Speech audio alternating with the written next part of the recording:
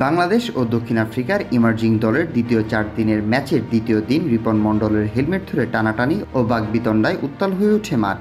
বৃষ্টিতে ম্যাচ ভেঙে গেলেও এই ঘটনার কোনো বিস্তারিত জানা যাচ্ছিল না। অবশেষে আজ শৃঙ্খলা ভঙ্গের দায়ে মোট 3 জন ক্রিকেটারের শাস্তির বিষয় নিশ্চিত করেছে কর্তৃপক্ষ।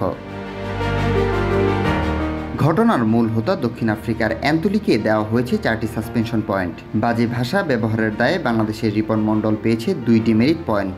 দক্ষিণ আফ্রিকারই আরেক ক্রিকেটার মিকাইল প্রিন্স পেয়েছে 1 ডিমেরিট পয়েন্ট। বিষয়টি নিশ্চিত করেছে ম্যাচ রেফারি সেলিম শাহেদ।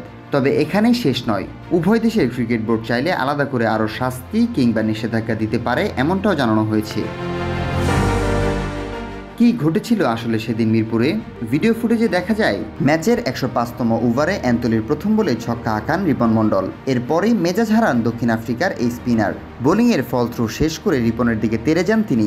এক পর্যায়ে ধাক্কা দেন এবং হেলমেট ধরে টানাটানিতে জড়িয়ে পড়েন। উত্তেজনাকর এই পরিস্থিতিতে আম্পায়ারদের হস্তক্ষেপও কিছুক্ষণ পরিস্থিতি নিয়ন্ত্রণে আনতে ব্যর্থ হয়। এ সময় রিপনের সঙ্গে কথা কাটাকাটিতে জড়ান আরও 2 প্রোটিয়া ক্রিকেটার। পুরো ঘটনার ভিডিও ও প্রতিবেদন 2 বোর্ডের কাছে পাঠানো হয়েছে বলে জানান ম্যাচ রেফারি।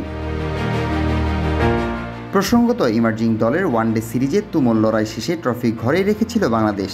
4 দিনের টেস্ট সিরিজে প্রথম ম্যাচ ছিল ড্র। গত 2 দিনে বৃষ্টির বাগড়ায় দ্বিতীয় টেস্টও ড্র হয়েছে।